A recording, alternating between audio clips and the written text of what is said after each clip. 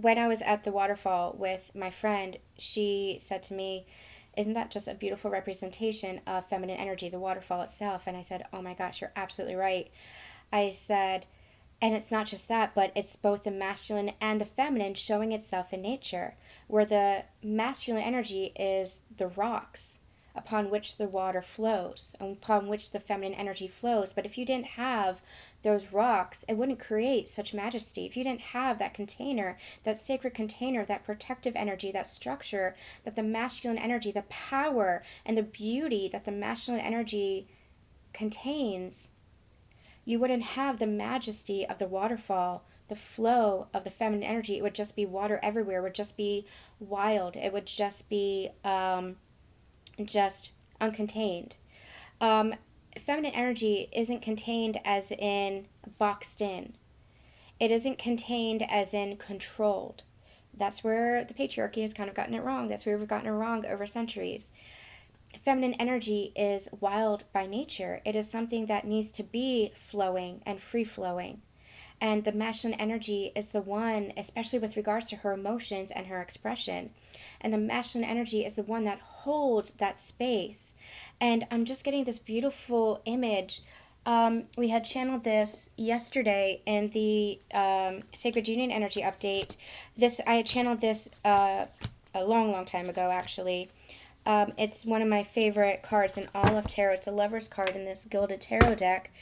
It's this. This is divine union. This is the magic, power, and majesty of the masculine and the feminine. This is not doing it justice. There we go. There's the light. You see how the masculine energy holds the feminine? It's this beautiful energy of being held. The masculine energy keeps the feminine energy safe so that she can express herself, so that she can open up. But that's not just the role of the masculine. The masculine is a protector, is a provider, is that safe space and that safe container for the feminine. But it's through his power, his majesty, through his magic. He is the magician. It's through his magic that the feminine energy can really ground into this physical world and flow within this physical world, so that the two of you together in that sacred merging create more magic. It's magnified. More power, more magic, more love. It's so expansive. And we had channeled that a long, long time ago. The cosmic effect over on my other channel. I think I might have linked it in a playlist here as well. The cosmic effect, the power of your love is so magical and magnified that it ripples out and it creates new universes. It's so expansive that it creates new universes and new worlds in the energy of that love. That's what New Earth energy is all about. New Earth energy is all about love, oneness, harmony, patience, honoring each other, cherishing each other. It's just divine love. It is God's love. And you and your partner, or I should say the masculine and the feminine energy, when you are in that divine union, when you are in that space where you are holding that space for each other, that love for each other, that creates this expanded network. It creates this expanded bubble that then ripples out to affect everybody, to affect the world, to affect the universe. Check out the cosmic effect. More information will be in there. But this is just beautiful, beautiful energy. So the masculine energy is the magician too. They are creators too. They are powerful and magical and beautiful in their conscious selves. When they are consciously holding space for the feminine, when they are consciously honoring the feminine, when they are consciously devoted to and cherishing the feminine, they are anchoring in the love that is experienced.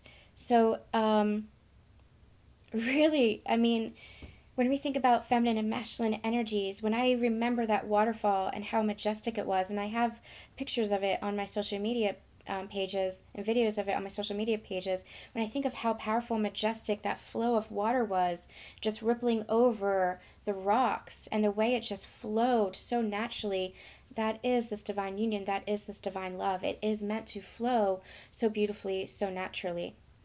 But that's with the masculine holding that container for the feminine to really express herself and to be that wild feminine energy that flows.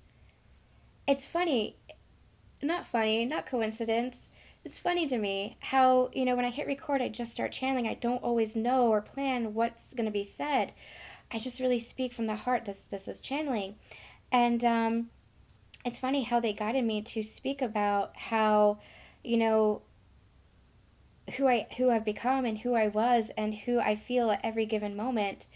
There are so many different aspects of myself, but it's all one aspect. It's all me that is expressing myself in a number of different ways. That is feminine energy. That's where it feels sometimes wild. That's where she can be the dark feminine. That's where she can be the light. That's where she can be the maiden, the mother, the crone. All at once. There is no separation between who you were and who you are and who you're becoming. It is all of it, all at once. And that is divine feminine energy. That's the wilderness of the divine feminine energy. And the masculine energy holds her in loving embrace to be able to express every aspect of herself. And it's the stability and the presence and the consistency and structure of the masculine that enables her to do that. That's where we honor the masculine and say thank you for being able to hold that space and for being that stable, loving, divine force in our lives. That is their magic. That is their power. That stability. And they create from that stability. They help to anchor us in. They help to create from that stability. You can't have one without the other. It's the recognition of the union of those polarities. How it all works together, how a masculine on its own is only half of the equation, a feminine on its own is only half of the equation. That is what divine union is all about. And when you recognize yourself in your own inner wholeness, your own personal wholeness, your own inner union, you recognize the balance of the masculine and the feminine within. And that's what we're doing on this ascension journey, is we are recognizing, honoring, and healing any distortions so that we can remember the divinity within our own masculine and feminine energies. And if you're in sacred partnership, you're doing this in partnership with each other because your partner is your own masculine energy just reflected back to you, or your own feminine energy just reflected back to you, so that you can see where the holes are, so that you can become more one.